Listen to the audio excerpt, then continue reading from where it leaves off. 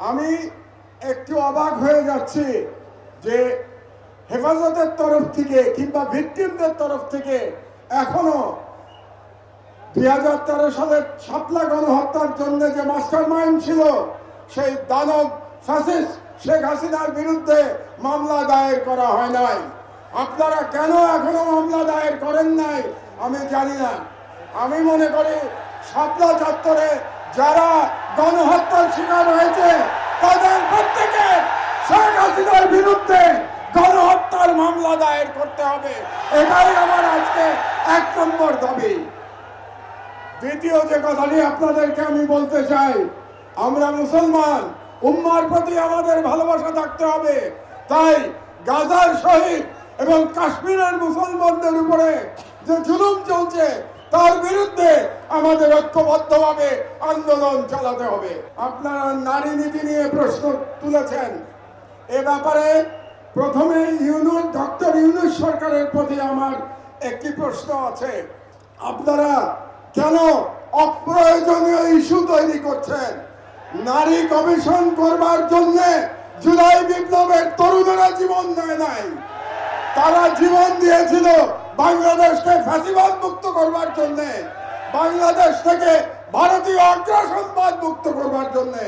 কাজেই আপনারা সরকারে বসেছেন যাতে করে বাংলাদেশে আর ফ্যাসিবাদ ফিরে আসতে না পারে।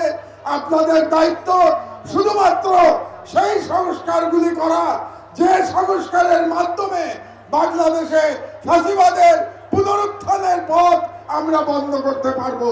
কাজেই ডক্টর ইউনূস সরকারের প্রতি আমার বাংলাদেশের একজন প্রবীণ নাগরিক হিসেবে পরামর্শ থাকবে, আপনারা অপ্রয়োজনীয় ইস্যু তৈরি করবেন না।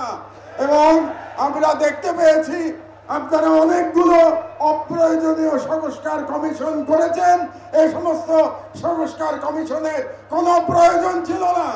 আপনারা রাষ্ট্রের সম্পদ এবং সময় নষ্ট করছেন। আমার অনুরোধ, এই সমস্ত কমিশন আপনারা বাতিল করে দেন। এই সমস্ত কমিশনের কোনো প্রয়োজন নাই।